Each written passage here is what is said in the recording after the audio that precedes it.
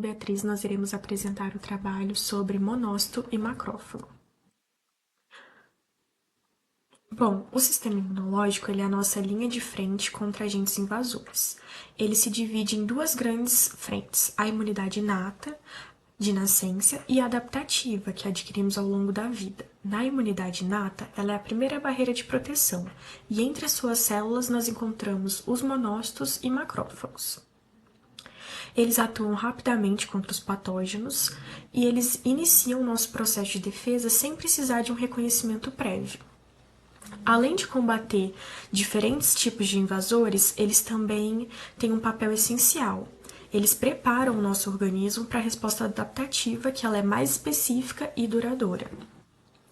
Essas células, os monócitos e macrófagos, elas são produzidas na medula óssea hematopoética e elas se derivam do mesoderma embrionário. Então, a formação dessas células está ligada diretamente ao nosso desenvolvimento inicial do organismo.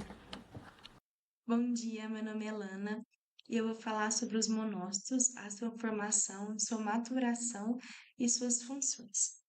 Tudo começa na medula óssea, onde a gente tem um processo chamado monotopoiese, que é o processo de formação, desenvolvimento e maturação de células sanguíneas, como hemácias, plaquetas, os leucócitos, que é o caso dos monócitos.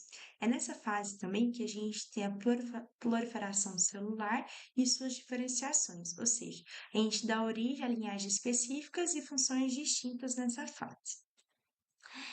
A primeira fase do monócito são os monoblastos, onde são células grandes, com núcleos grandes. O núcleo é devido à sua alta atividade metabólica, né? E sua intensa capacidade de proliferação. Nessa fase, a gente consegue encontrar de 1 a 2 nucleolos visíveis, o citoplasma é basofílico, é um pouco escasso também, e a cromatina fina um pouco condensada. Ele fica restrito à medula óssea, e quando a gente encontra ele em sangue periférico, a gente deve procurar alguma patologia hematológica, para a gente tentar entender por que eles foram liberados tão cedo e estão circulantes, tão imaturos. É, Depois a gente vem para a fase intermediária dos adolescentes aí, que são os monócitos. Eles são um pouco maiores que os monoblastos e o seu núcleo, como a gente pode ver bem na imagem, não é tão oval como na primeira fase. Ele já apresenta algumas irregularidades. Nessa fase, ele também já evidencia algumas características que se aproximam do monócito maduro. O citoplasma é menos basofílico e apresenta grânulos, que são os lisossomos primários, né? E os váculos. Já também tudo ele já apresenta. A sua cromatina é mais condensada e os nucleolos não são tão visíveis, são escassos. Citoplasma também ele já é mais abundante nessa fase. Ele também é restrito na medula óssea e se apresenta no sangue periférico, também tem que ser investigada.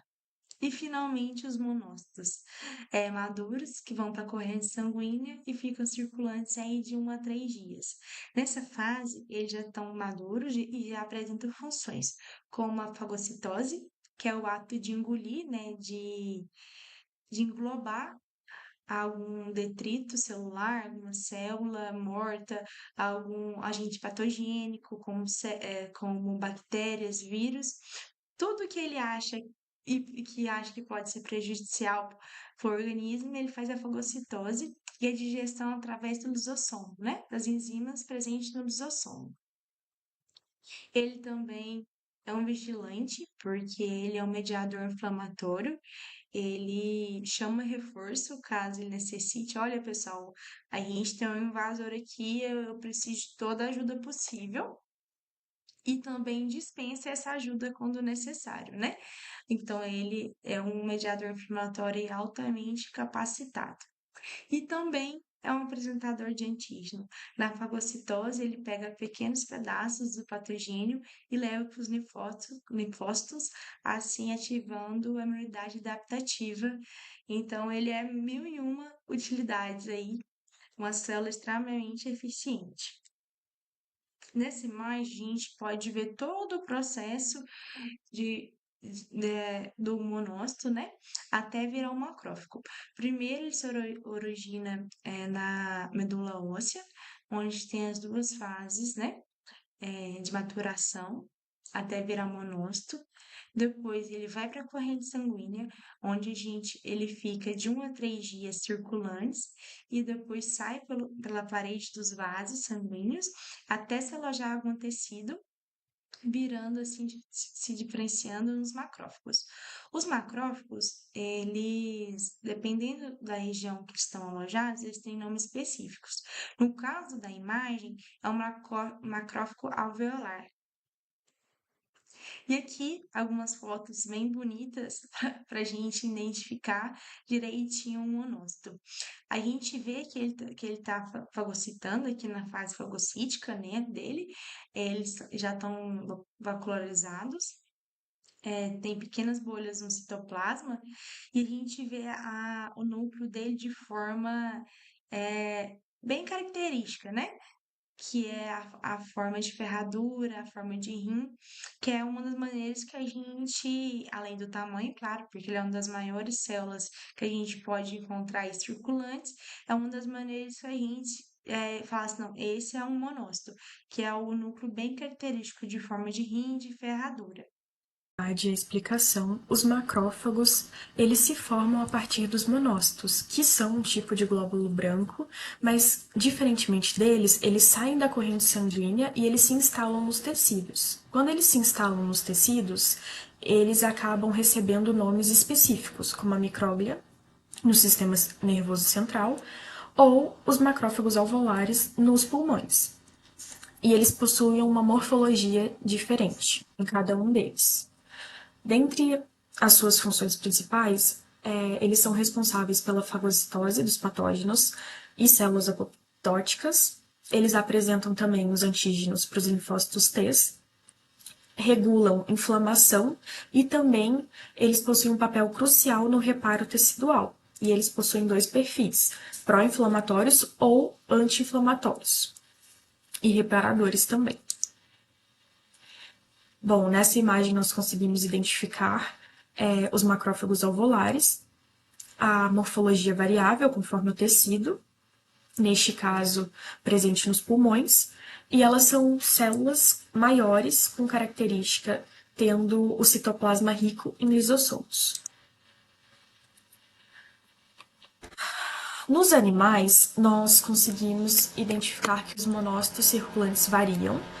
Os valores referenciais fisiológicos deles em cães é de 3 a 10%, nos gatos de 1 a 4%, bovinos 2 a 7% e equinos de 0 a 6%. E já os macrófagos, eles não possuem um valor de referência no sangue, pois as células eles residem nos tecidos. As células residentes são nos tecidos. Em relação à asma equina, é uma inflamação crônica dos pulmões, que tem uma relação forte com o meio externo, com hipersensibilidade, alérgenos ou partículas inaladas. E alguns sintomas característicos da doença é a intolerância ao exercício físico, uma fadiga rápida também, e uma tosse crônica. Na maioria das vezes ela é seca, mas também pode haver secreção. A gente também consegue identificar um esforço respiratório visível, geralmente com a dilatação das narinas ou observando o esforço nos flancos, na linha de flanco. Na asma equina, os macrófagos alveolares eles atuam como sentinela, então eles reconhecem as partículas inaladas e eles já iniciam uma resposta inflamatória. E no citológico típico, os macrófagos a gente consegue identificar eles sendo espumosos e eles indicam uma atividade fagocítica e inflamação, já com o perfil M1 nesse caso. Na erliquiose monocítica equina, a bactéria ela já infecta os monócitos e então ele altera a sua função. Esses monócitos eles já migram para o intestino, causando enterocolite. E clinicamente, os sintomas a gente consegue identificar diarreia, febre, desidratação e até uma laminite associada à ativação inflamatória. Aqui nós trouxemos um exemplo também das imagens e um caso de necrópsia. E essas foram as referências utilizadas no nosso trabalho. Muito obrigada.